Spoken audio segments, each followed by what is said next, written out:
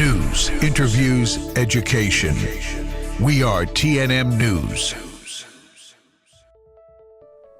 Hi, welcome back to another week of cannabis culture. I'm Christine Scalfani, here to bring you the latest and greatest news in the cannabis world.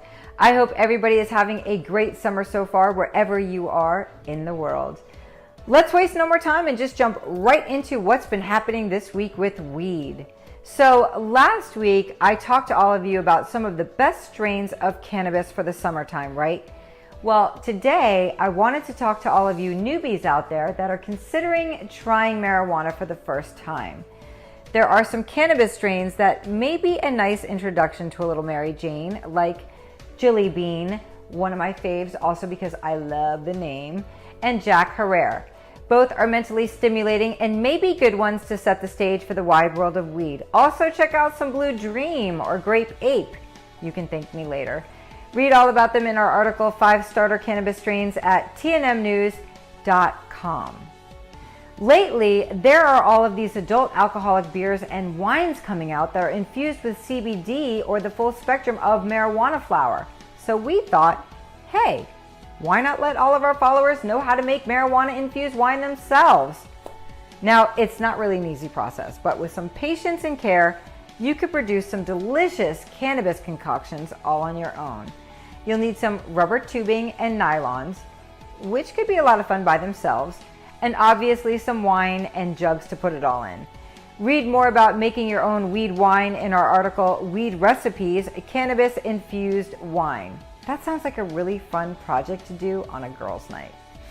Speaking of alcoholic beverages with weed in them, we also have an article called Weed Recipes, Cannabis Cocktails, with 2 easy recipes for infusing either rum or vodka to make weed-infused cocktails for your next get-together. Since both spirits are very versatile when it comes to making any number of drinks, you can have plenty of fun experimenting with all sorts of different combinations this summer. How about a pina colada infused with green crack? Yeah, the crack part kind of scares me too, but to each his own, right? How about a martini where the vodka has been infused with some train wreck, huh? Yeah, the possibilities are endless. If you think you've come up with a splendid concoction, direct message me your recipe on the gram at xteen.tnmnews, and if I like it, I'll share it and give you a shout out. Well, everybody knows there's pros and cons to using Mary Jane, and this may sound crazy, but just for the sake of playing the devil's advocate, bear with me. While cannabis use is often seen as relatively harmless and even beneficial to one's health in different ways, the regular and heavy use of any substance could potentially put an individual at risk for a number of different issues. Even though weed doesn't create an actual severe physical dependence like cocaine or amphetamines or opioids, it could potentially lead the user to seek stronger doses and seek them in greater frequency, which are both traits of an addiction disorder, by the way. Researchers have named this type of reaction to weed cannabis use disorder, or CUD.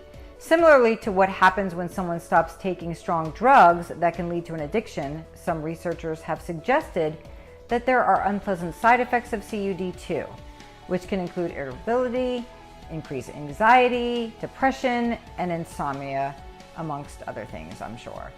Maybe that's all garbage, who knows? I can't think of a time I ever had that problem, but not everybody's the same.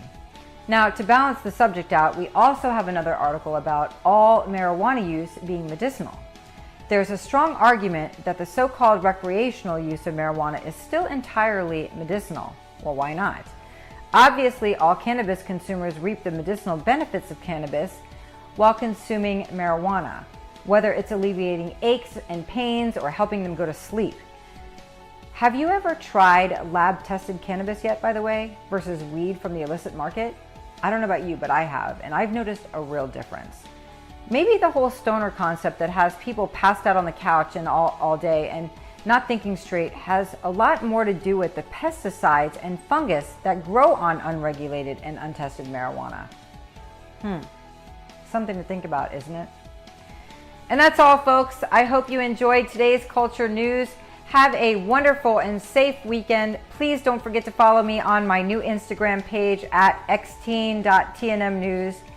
Don't be shy, say hi, and stay high. I'm Christine Scalfani. Until next week, everybody, stay lifted.